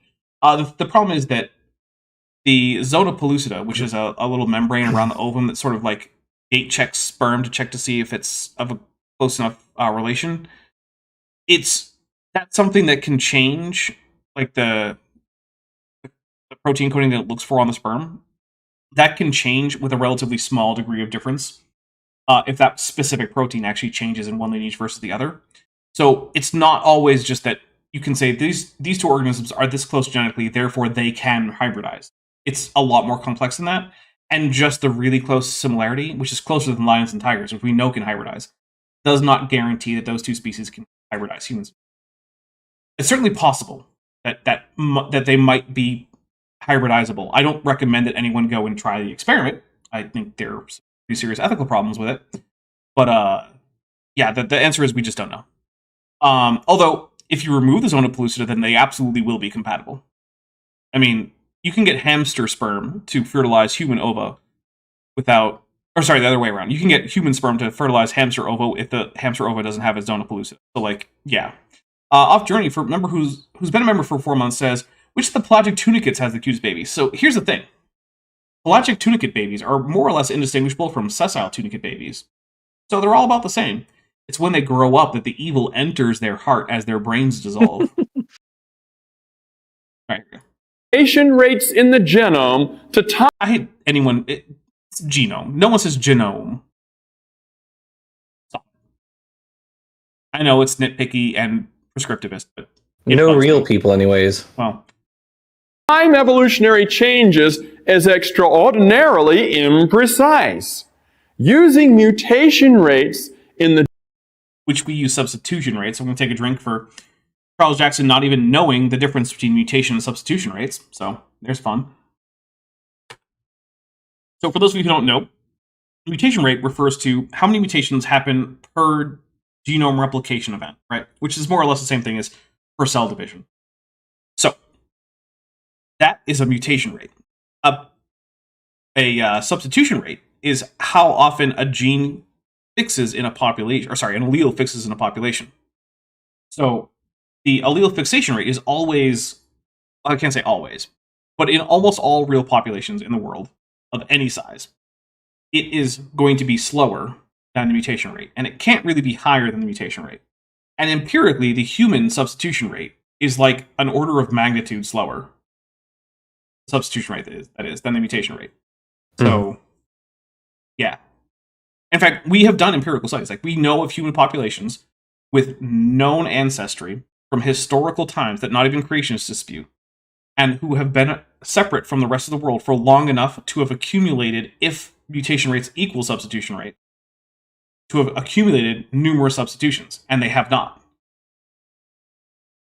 Vishanti, for $2, says, original pelagic sin is pure and utter nonsense. I didn't say there was any kind of original sin. I'm saying that when evil enters a pelagic tunicate's heart, as its brain dissolves, then it becomes pelagic. And it just so happens that evil likes to possess a certain species of, really like whole families of tunicates, right? Like pyrosomes. Evil just attacks them. And I wish it didn't. I wish they could live a good, healthy, moral, hardworking, patriotic, God-fearing tunicate life on the seafloor. But they were infected by evil, and not because of some original sin that the ancestral pelagic tunicate committed. It's different. It's more like the ancestral curse, right? So we'll take a leaf out of like the Eastern Christian idea of the sin of Adam. Is not that anyone's guilty of the sin of Adam or is, morally culpable for it, but that it created the opening for moral culpability that then people, by their own actions, in case the pelagic tunicates in their own actions, then go about and make their own mistakes that work on. DM Fragmentary Changes win for $2 says, Jackson, the article is from 2006 Time Magazine. There we go. Cool. Alright, here we go. That is really weird then. I mean, unless, it just seems to me like maybe they're talking about, correct me if I'm wrong, but it does seem like they're talking about Neanderthal paleogenomics. Someone says that's dogma, like. Dapper. And, actually, it's also doctrine, not dogma. So there's a difference. Genome to time evolutionary changes is extraordinarily imprecise. I'll explain a little bit of what Dr. Lovejoy and the other evolutionists are talking about when they talk about No, he won't. Using mutations to time evolutionary history events. Next. Here is this article that we looked at yesterday from the Washington Post, but I want to zero in on something, a different aspect of it tonight. It's mentioning there's the Sahelanthropus chadensis, just a year ago in the Washington Post. The 7-million-year-old Tamai skull unearthed in Chad in 2001 may have belonged to a line of non-hybrids that were not human ancestors. Now, the evolutionists begin... Of non-hybrids that were not... Well, that's... I mean, I guess, maybe. But, yeah, that's not really where it is today. They are definitely considered the hominin line. Well, even this if point, the thing is, they also don't have to be ancestral to humans to be hominids. They just have to be closer to modern humans than they are to modern chimps and what's the other one? Bonobos. Roasting a cutter for $1.99 says sea cucumbers plus pelagic tunicates. Handshake. I mean, they're not closely related, but I mean, sea cucumbers are okay. Actually, sea cucumbers are no more closely related to tunicates than sea cucumbers are to humans. Mm-hmm. Yeah, but they you are can come touch a sea cucumber at the Shreveport Aquarium. Nice. Now, I will say humans and sea cucumbers are more closely related to each other than either is to a squid. Mm-hmm. And to think, well, the missing links aren't showing up, and we're having all these troubles, and we can't... I mean, except for all the missing links that are showing up, right? Because, like, we've got a lot. So I'm just going to take a drink for, like, the missing links aren't showing up. And while I drink, you guys can enjoy this slideshow of amazing transitional fossils that have just showed up. Because that's the thing, right? We have more missing links, or what I would prefer to call transitional forms, than we could possibly need. Really, just one is already a falsification of creationism, because creationism predicts that there should not be any. So, there you go. So, yeah, I don't know. It's always weird to me whenever creationists say that there are no missing links. Well, first of all, if we found them, then they wouldn't be missing, which is why it's a dumb term. But yeah, there's plenty of transitional forms. There are plenty of links that were missing and have now been filled in. And sure, you can go the full banjo route and say, well, haha, that just means now there's more missing links. Okay, great. No one cares, because it's an obviously dishonest argument. Right? So, yeah. And also, I hope that wherever she is, Vishanti is currently yodeling. I mean, I know she's watching because she just super chatted, but I hope that she's also yodeling. Oh, and then she says that, I mean, she typed in yodeling noises, so yeah, she's definitely yodeling. So there we go. All right, here's some more Bad Jackson. Can't prove that mutations actually make things better, so maybe evolution proceeded by hybrids instead. I mean, that does happen, It can happen. But it's not instead. These aren't mutually exclusive things, right? Hybridization happens, and actual, like, single lineage evolution where there's not significant gene flow between different lineages also happens. So I don't know what the point he's trying to make is. They've started pointing to things like the liger. Yes, Napoleon Dynamite was right. There's such a thing. Ligers are almost entirely sterile. Some female ligers have managed to reproduce. Yay, Haldane's rule. I don't know what we're... whatever. Thing as a liger, a lion tiger. And also, you take a horse and a donkey, you get a mule. There have been, like, fewer than, like, 10 instances of mules successfully reproducing. Also, Haldane's rule, like, male, they're going to be almost entirely sterile. Again. Mm-hmm. He's pointing to almost entirely sterile hybrids, but alright. Yeah. Strawberry visible taxidermy blue vein, which is great, for $20 with what is definitely not their 5th super chat on a live stream. Says, my upcoming spring collection is ocean/beach themed, and one of the nail polishes is a dark teal shimmer that looks like the pelagic tunicate emoji on a black background, and I'm 100% going to name it after that. I'm so sorry. How dare you? I feel betrayed. I feel a deep sense of betrayal right now. From you especially, Strawberry Vein. How could you? How could you do this to me? If I kept up with my nails enough to actually use nail polish, I might order that. But I don't, so I'm not going to because I just wouldn't use it. And I'm sorry, but that's just how it is. And there's the comma, the camel llama. Okay, we're going to take a drink for that one. That's only ever been produced by artificial insemination. You can't Yeah, I was like, actually get I'm a pretty comma. sure that doesn't happen. Yeah. You can stick as many llamas in with as many camels in the same enclosure as you want, and you're never going to get a comma. That's just not how it works. Which, that's like, yeah, I mean, at that point, if, yeah, no, nar.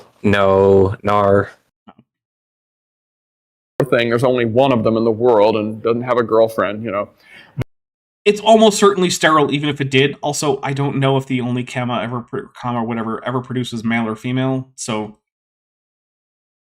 not a major. The first is always male because Adam. So, obviously. Yes, obviously, yes. That's why the male evolved before the female to answer Ray right. Comfort's objection. Which evolved first, Correct. male or female? Yeah, obviously. Okay, yeah. Sorry, I forgot about the priority of Adam in terms of what that means for evolutionary biology. Mm-hmm. So please forgive me. But, we can do these hybridizations, and evolutionists are now starting to say, Thierry, I'm Dapper's GM, you may call me Godrana, says, if animals only reproduce after their own kind, wouldn't that mean that hybrids are against God's plan? So, no, because they would just say that if the animals can hybridize, that is conclusive evidence that they are in the same kind, and are still producing after their own kind. Which, yeah, seems really, really convenient, but that's just what they would say. Except for that super embarrassing sturgeon paddlefish hybrid. That just means that they're in the same kind. Don't worry about it. Yep. Mm-hmm. Oh, and Triceratops says migraines are terrible. Oh, I'm sorry that you're having a migraine. That really does suck. Or wait, is it Vishanti who's having one? Oh, yeah. Vishanti's the one having a migraine. I'm sorry, Vishanti. I hope you feel better. And anyone else having a migraine? Yeah, they really suck. Talk about intelligent design. well, hybridization then was the way, not No, it wasn't. mutation, but hybridization. Jeez, man, I'm taking a drink. This is just like saying boiling is the way to cook food, not frying. No. Neither is the way to cook food. There are multiple ways to cook food. There are multiple ways in which evolution proceeds. Hybridization, which is an aspect of gene flow, is a mechanism by which evolution occurs. So is mutation, so is natural selection, so is sexual selection, so is genetic drift. Right? These are all parts of evolution, and they are not mutually contradictory. Animals hybridize. We know that. Well, I mean, not just animals. Organisms hybridize. We know that. Mm-hmm. Organisms have mutations. We know that. Organisms undergo natural selection. Sorry, go ahead. Plant species, I think, can there are hybrids for them. It's a ridiculous number. Oh. But yeah, so we know that all of these things occur because we watch them happen. They're not mutually exclusive. They're all compatible. They have been the way that evolution got us to where we are. And of course, they're saying here that there is no one mechanism that explains human evolution. Like all evolution, it involved all the mechanisms of evolution, including hybridization, including mutation, including drift, sexual selection, natural selection. All of those things were occurring in human evolution. that hybrids between chimps and humans breed. Nope, it was the ancestors of chimps and humans, which were neither chimps nor humans. Taking another drink. This guy's actually starting to piss me off a little bit. Because I know that he knows that they're not saying that hybridization is being used to the exclusion of all other mechanisms. I do not believe that Charles Jackson is dumb enough to think that what he's saying is an accurate portrayal of what the scientists are saying. And you know what? Charles Jackson or any of his friends, if you want to come and convince me that Charles Jackson is in fact a blithering idiot with an IQ similar to spoiled mayonnaise, so I can absolve him of being dishonest in this, please contact me. My email is in my About page on my YouTube channel. Send me an email so you can come and try and convince me that this man is in fact rivaling Roger from Mud Fossil U in terms of intelligence. I would love to have that discussion where you try to convince me this guy's a blithering idiot. Because the only other option I have is that he's just a blatant liar. Breeding like 4 million years ago, that's what made us. Yeah, except that there were no humans or chimpanzees 4 million years ago. There were penins and hominins, but that's not the same thing. You see, humans and chimps split apart for about 1 million. DM Fragmentary Changes Wing says, is hybridization an evolutionary mechanism? Well, gene flow is, and gene flow between species requires hybridization. So it's part of a larger evolutionary mechanism. I mean, the importance of hybridization has been recognized, like, going back to the early days of the modern synthesis. So, like, well over, like 80 years at this point. Yeah. And Rosa McKellar for 199 says, is it stupidity or maliciousness? To which I might say yes. It might just be yes. So, all right, here we go. Years, and some sources said 4 million years. And then they started breeding again. Vanina Smolsky Radchenko says, I'll debate that. You on that. Roger is smarter and more honest. Even Roger's feather is that. Well, I guess send me an email. We'll see if we actually want to set it up. Again, and that's how we came about, by monkeys and real people mating. And so we're just these hybrids. Now, let me explain how this method works. Similar to like the that conspiracy where like humans are like a pig chimp hybrid. It kind of reminds me of that. Which every like anthropologist has dunked on at this point, but like this sounds pretty close to it. So it says right here, this is the conclusion, this mating with chimps, a group of scientists has reached using a comparison of the genes of humans and their closest animal relatives to scale. All right, we're going to actually read this. When the ancestors of human beings and their ancestors of chimpanzees parted ways 6.3 million years ago, it was probably a very long goodbye. Somewhat good book, by the way, The Long Goodbye. Some of their descendants may have even gone back for a final tryst. Okay. This is the conclusion a group of scientists has reached. This is the conclusion a group of scientists has reached using a comparison of genes of humans and their closest animal relatives to sketch a picture of human origins far more detailed than what fossil bones have revealed. According to the new theory, chimps and humans shared common ape-like ancestor. We've just been an ape. Stop saying ape-like. Much more recently than was thought. Furthermore, when the two emerging... Yes. So again, is this is like incomplete lineage sorting kind of stuff? Basically. Like, yeah. Yeah, like, okay, yes, which we're aware of. Like, yes, we know that the distribution of like particular alleles is like very odd, unless there was like some degree of hybridization between. Yeah, like there's certain specific parts of the genome where humans are more close to gorillas than they are to chimpanzees, right? And vice versa, where chimpanzees are more close to gorillas than they are to humans, and they're different parts, and that's because of incomplete lineage sorting. And yeah, that would have happened within human ancestry too, like within human/Panin ancestry.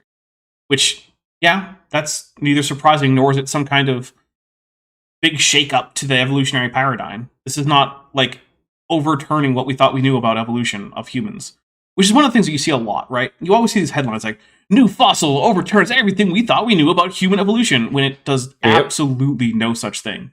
Not even close. Sketch a picture of human origins far more detailed than what fossil bones have revealed. You see... Yeah. So I love how he's citing the Washington Post and not, the article that was based on.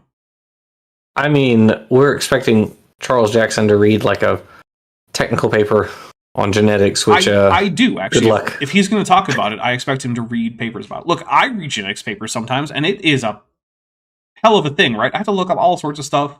I have to ask other people questions because I don't get all of it. But I sit there and I do it. You know why?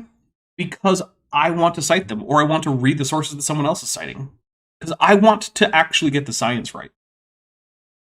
And I'm not going to give him a pass for not doing it. You've probably heard that monkey DNA and human DNA is very, very similar. I mean, no, because monkey isn't a species. Usually the comparison is made to like chimpanzees, but if that's what you mean, then yes. Well, so is human DNA is very similar to even the nematode worm, a 1/10 of a millimeter long worm whose entire body... When you say very similar, like, that's like... that's... Yeah, we'll take... If something is less than like 70%, I'm not saying it's very similar. If it's even less than like 90%, I'm not saying it's very similar. I'm going to say it's pretty similar. Yeah, well, that's one of the problems, right? Is very similar doesn't mean anything. There's no numbers that he's attaching to it. So he can just say that, and you can't really say he's wrong, but what he's doing is being misleading. And again, I can't imagine a way in which he's doing this honestly, right? Because he knows the percent similarity between any given nematode. That's probably C. elegans, right? Probably. Yeah. And humans is going to be significantly lower than between any human and any mammal. And humans and rodents are going to be even closer. And then humans and like New World monkeys are going to be even closer still. Then humans and Old World monkeys, like like a baboon, are going to be even closer. And then humans and gibbons are going to be even closer still. And then humans and great apes are going to be even closer. And then humans and chimpanzees or bonobos are going to be the closest. Evolution doesn't say that humans and nematodes must share this particular percent identity in their alignable regions or overall genetic comparisons for whole genome comparisons or anything like that, right? What it says is that humans should be closer to nematodes than they are to, say, jellyfish, and that's true. And that there should be a nested hierarchy that you can find both in this percent identity as well as in morphology. And also, hey, we'll make it like a triple nested hierarchy because it also works for embryology. And it does. There's no particular amount of similarity that humans should share with C. elegans. It's about the relative similarity across the entirety of life. Is only made of 1,000 cells. Your body's... Then yeah, it's definitely C. elegans. Because as far as I know, the only nematode that we studied enough to know the actual cell count in the adults is C. elegans. The term for that is eutelly. Mm-hmm. We have a fixed number of cells as an adult. In case you're wondering, no, humans do not have a fixed number of cells. You cannot determine how many cells a human will end up with just by knowing that it's a human. Made of 100 trillion cells. Some of you are smaller than others, maybe 20 trillion cells. Depends on who you are and how big you are. Okay, yeah, I guess I'm going to take a drink for him getting something right. Humans have variable cell numbers, and C. elegans doesn't. Yay!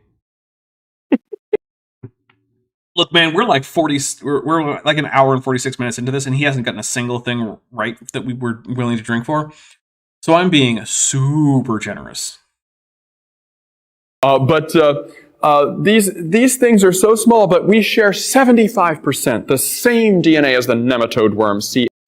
I'm a little suspicious that that's the number, but like... That sounds high, but whatever. Yeah. elegans. We also share 50% the same DNA as banana trees. Okay, can we pause for a moment? Okay. So I've heard this claim made a lot. I think I've even seen Richard Dawkins like also kind of support it. I am not personally familiar with any studies that actually support that statement. I'm not saying it's not true. It could be true. I'm just not aware of any evidence that it is true. Last I looked into it, and I believe Erica helped me with this, what I could find was closer to about 30% between humans and plants. That could be the case. And it's basically the same for any plant, right? It's not like ferns are going to be way less related to humans than banana trees are. Sure. Right. I've never seen a study where like someone or a team has gone like, all right, we're going to compare like all the like eukaryotic core genes between, plants and humans and, see what the I've literally never seen a study like that. I don't know what the point of that would even be. It just seems like you're like throwing away money to compare these two extremely distantly related organisms. Like I don't know what the point of that would be. So, Well, I do know that that elephants and pine trees can't have babies. I do know that. Well, that's good. Yeah. Also, Robert Atson makes a good point in that the number of cells in humans was also a joke. Dapper, he had a smirk on at the end. So you know what? We'll take a drink for a joke that didn't land because I didn't even notice it was a joke. So. And Savage Perpetual Motion Lungs Cobra for $5 says, is he trying to use very non-standard pronunciations so people don't pay attention to what he's actually saying? I doubt that's his reason. But I honestly don't know. And the thing is, he's not the only creationist who says like genome. I think doesn't Nathaniel Jeanson also call it the genome? Well, he mispronounces a lot of things because he doesn't know anything. Also, there's a Denstern Cardinal just put out a video where he was like mispronouncing was it Futuma's name, wasn't it? So yeah, he did do that too. Yeah, so Yeah, he mispronounces a lot. There was something else he mispronounced, like way back. Oh well. Anyways, I think the most likely explanation is that Charles Jackson is getting this from other creationists whom he considers to be better educated than he is on these topics. sure. Like, I think he got genome from Nathaniel Jeanson, who likes to call it the genome, even though I've never heard any non-creationist English as a first language speaker who has said anything other than genome. So, yeah, I don't know. You see, so the fact that we have 90, 98%, depending on who you listen to, the same DNA as monkeys isn't a surprise. They look like us. Of course they have the same DNA. Oh my goodness. All right, we're going to take a drink and we're going to go into this. Okay. First, Jackson, have you ever heard creationists complain that convergent evolution is a problem because then organisms that do seem the same actually have very different DNA? Like, how come sugar gliders and flying squirrels are so different in terms of genetics, but so similar in terms of morphology that violates evolution? I have, in fact, I had a debate with a guy where he made that exact argument. Mm-hmm. Yeah, me too. But now we're hearing that, of course, monkeys and humans have similar DNA because they look similar. Here's the thing, right? Superficial resemblance in gross morphology is not a reliable indicator of similar genetics. Now, if you look at more, like, deeper aspects of morphology, right? Like bone count, the specific bone arrangements, specific aspects like, like marsupials have extra fenestrae in the bottom of their, I guess in the top of their upper jaw, have those. Things like Australian marsupials have syndactyly between digits 4 and 5. Things like that, right? That can get you a better picture of those characters that you can use that are actually statistically significant for comparing genome and morphology. But gross, just morphology of like bushy-tailed, tree-climbing, gliding mammal, yeah, that is not a good indication of genetic similarity. So it's actually not the case that monkeys and humans need to be particularly genetically similar in order to look alike. In fact, there are a whole bunch of both carnivorans and marsupials in South America that look a whole lot like a monkey.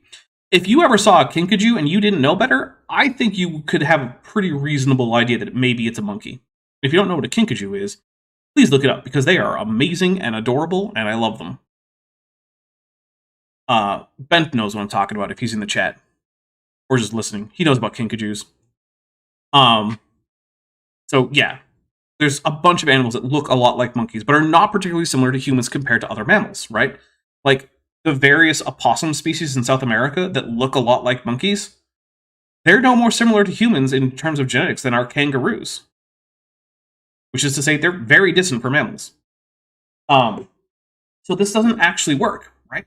Plus, there are specific aspects of the similarity where we can actually use it to test between separate versus common ancestry.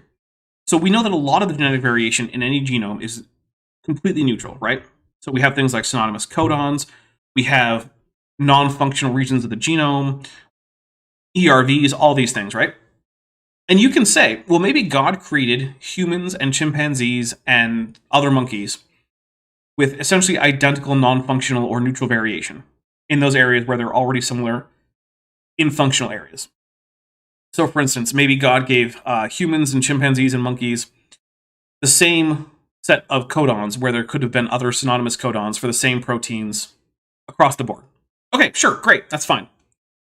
But as those groups then subsequently diverge within their own kinds, they will accumulate mutations in those neutral areas, especially since there's no purifying selection to remove mutations, because that's what it means to be non-functional.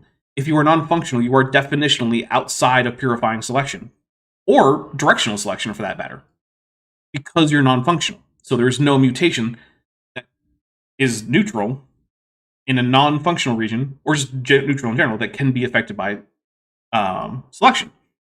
So that will mean that there will be no shared mutations. That means that there will be no neutral mutations shared by chimpanzees and humans that are then not shared by gorillas and orangutans. And similarly, there won't be any shared by gorillas, humans, and chimpanzees that are then not shared by orangutans. that won't be how it works. You will get completely unsortable mutations in non-functional and neutral locations in all of these lineages. But hey, Jackson, if we restrict our genetic analysis to just neutral variation, do we still get a nested hierarchy that is pretty much the conventional nested hierarchy? You do. You do indeed, which is a pretty slam dunk refutation of separate ancestry. God would have to be deceptively mutating organisms intentionally to make it look like evolution is true to get that. Gulo for the win. That is a great example. So yeah, the Gulo pseudogene is the gene, or is what would be a gene that produces vitamin C, or well, produces proteins that help synthesize vitamin G. It's a little bit more complicated, but whatever. But yeah, it's broken in basically all monkeys. And it's broken in the same way in all monkeys.